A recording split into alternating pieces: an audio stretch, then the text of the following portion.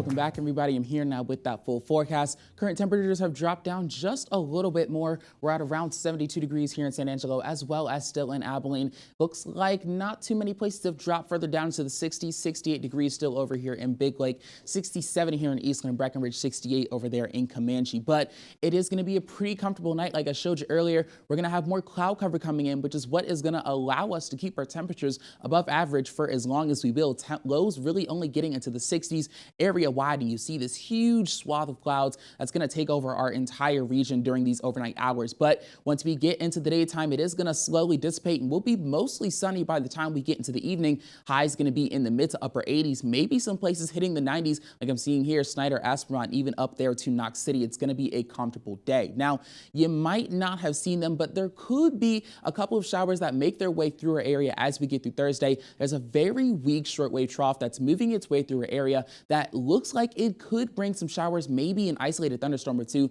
particularly for those of you up here in the big country. However, because it's so weak of a system, it might not even create enough uplift for these storms to be created whatsoever. So you really might not see anything whatsoever, but I want to keep you aware of it in case you do feel a sprinkle or two. So over these next couple of days, we may see some more very light rain chances on pretty much all of these days as we get over these next 5. Friday going to be the hottest of them all because of that high pressure, but a cold front is going to come through to cool us down just a little bit in order to keep us steady in the lower 90s as we get through the weekend and the beginning of next week. Now, a factor that is greatly affecting all of these rain possibilities is the fact that we're extremely humid, and that is again because of that high pressure that we had to our east that is pulling in all of this moisture that is making it possible, and it's intersecting with all of these different low pressure systems that are coming our way. So you can see here that is that high pressure system that is slowly continuing its way east, and we've got this dry line here separating the moist air on your right and this dry air behind me on your left coming in from the mountains. And as we get through the day, it's going to shift backwards as this moist air makes its way in during the daytime.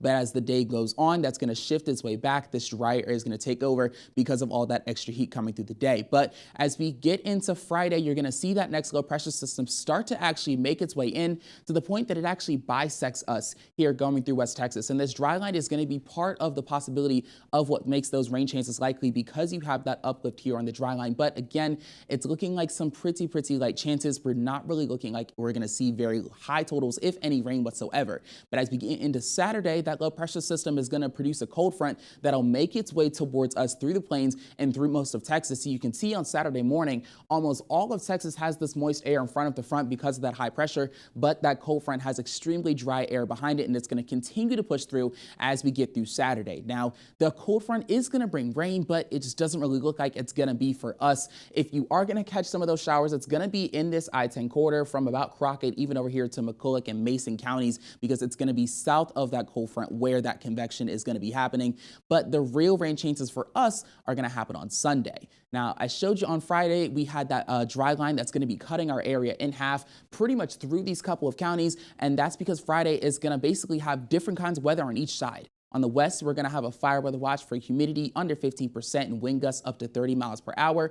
And on the east side, we're still going to have that possibility for showers, maybe an isolated thunderstorm or two. But again, it's not looking like Friday is going to be our main day for rain, but I'd rather tell you than you not know about it whatsoever. So wrapping up with our 7-day forecast, we're going to have great conditions for the most part. Just look out for the possibility of those rain showers. Take a look at the clouds. If you see anything too dark, there could be rain coming. And as we get into the weekend, Sunday is going to be our greatest chance, and I'll be able to show you our rain chances for Sunday in more detail tomorrow.